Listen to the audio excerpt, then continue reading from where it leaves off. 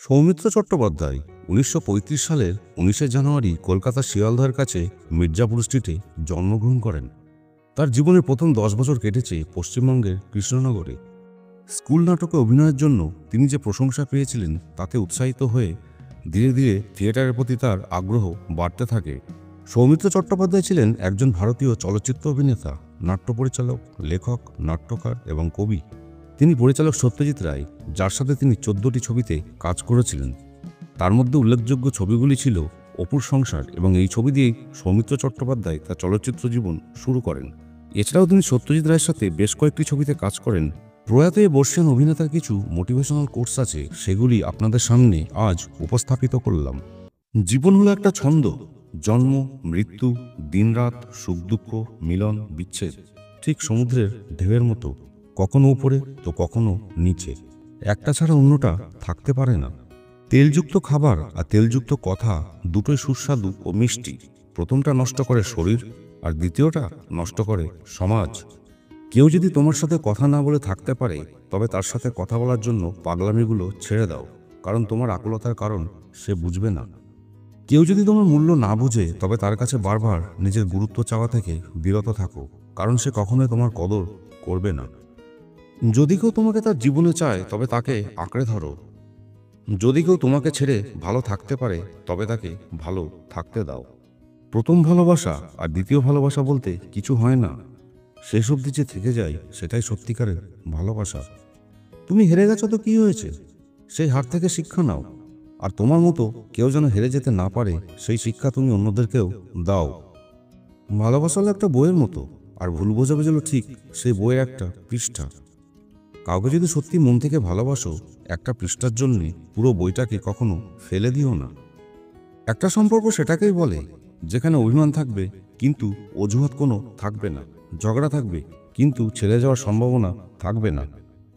বয়স বাড়লে তুমি আরও বেশি শান্ত হয়ে যাবে, অযথা কারোর ওপর রাগ করে নিজের পুরো দিনটা নষ্ট করবে না। বয়স বাড়লে তোমার যাবতীয় চাওয়ার ইচ্ছেগুলো ধীরে ধীরে কমে আসবে, তখন নিজের শখগুলো নিজের টাকায় পূরণ করতেই বেশি খুশি হবে তুমি। বাবা মার কাছে হাত পাততে লজ্জা করবে তোমার। বয়স বাড়লে তুমি সাধারণ খেটে খাওয়া মানুষকে বেশি করে সম্মান করবে। বয়স বাড়লে তোমার বন্ধুও কমে যাবে, অযথা ভিড় তোমার পছন্দ হবে না। যার সঙ্গ তোমায় ভালো মানুষ বানাবে, তুমি তাকে তোমার জীবনে জায়গা দেবে।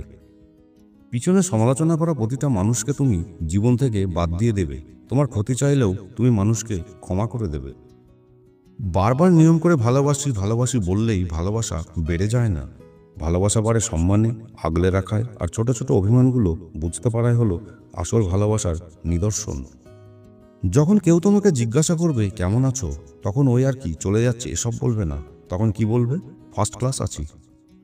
কিন্তু সেটি শেষ কথা নয়, সেটি ট্র্যাজেডিকও নয়। সে মহৎ কিছু করছে না, তার দারিদ্র যাচ্ছে না, তার অভাব মিটছে না, কিন্তু তা সত্ত্বেও সে জীবন বিমুখ হচ্ছে না। সে পালাচ্ছে না, এসকেপ করছে না, সে বাঁচতে চাইছে। সে বলছে বাঁচার মধ্যে সার্থকতা, তার মধ্যে আনন্দ। He wants to live. যে নারী অসম্ভবভাবে ভালোবাসতে পারে, সে নারী ঘৃণাও করতে জানে। যে নারী রাগ করে বারবার হারিয়ে গিয়েও ফিরে আসতে পারে, সে নারী প্রচণ্ড অভিমানে চিরতরে হারিয়ে যেতেও পারে। যে নারী অল্পতেই কেঁদে ফেলে, সে নারী প্রচণ্ড আঘাতেও ঠাঁই দাঁড়িয়ে থাকতে পারে। যে নারী বারবার অবহেলিত হচ্ছে, সে নারী অবহেলা করতেও জানে। নারীকে এতটা তুচ্ছ, অকিঞ্চিত, নিষ্ফলা ভেবো না। ভালোবাসা কি? যদি রূপ দেখে কাউকে ভালোবাসো, সেটা ভালোবাসা নয়, সেটা বেছে নেওয়া। যদি কারো দেহ দেখে ভালোবাসো, সেটা ভালোবাসা নয়, সেটা লালসা। যদি কারো টাকা দেখে ভালোবাসো, সেটা ভালোবাসা নয়, সেটা লোভ। তাহলে ভালোবাসা কাকে বলে? যদি কারো মন দেখে ভালোবাসো, তাহলে সেটাই ভালোবাসা। যদি তুমি এক নজর তাকে দেখার জন্য ছটফট করতে থাকো, তাহলে সেটাই ভালোবাসা। মন আর মননের গহীনে যে নীরবতা সযত্নে আশ্রয় পায়, অন্তর্দহনের তীব্রতায় তার সবটুকু শেষ করে দেওয়া যায় না। সব জিজ্ঞাসা একটা সময় শেষ হয়ে যায়, সব অভিমান তো চোখের জল হয়ে চলে যায়। জাজল্যমান প্রদীপও একটা সময় সব শক্তি হারিয়ে ফেলে, পৌঁছে যায় জীবনের শেষ দ্বারে, কঠিন বাস্তবের সমীপে। তবু সেই ক্ষণটুকু মন মেনে নিতে চায় না। বেলা যখন নিভু নিভু নির্লিপ্ত ভালোবাসা, কোনো এক পদধ্বনি শুনি জেগে রয় প্রত্যাশা। শেষ হলো, শেষ না হওয়ার গভীর উদ্বেগ, তবুও সবই মিশে যায় মহাশূন্যে, মিথ্যে করে সব আবেগ।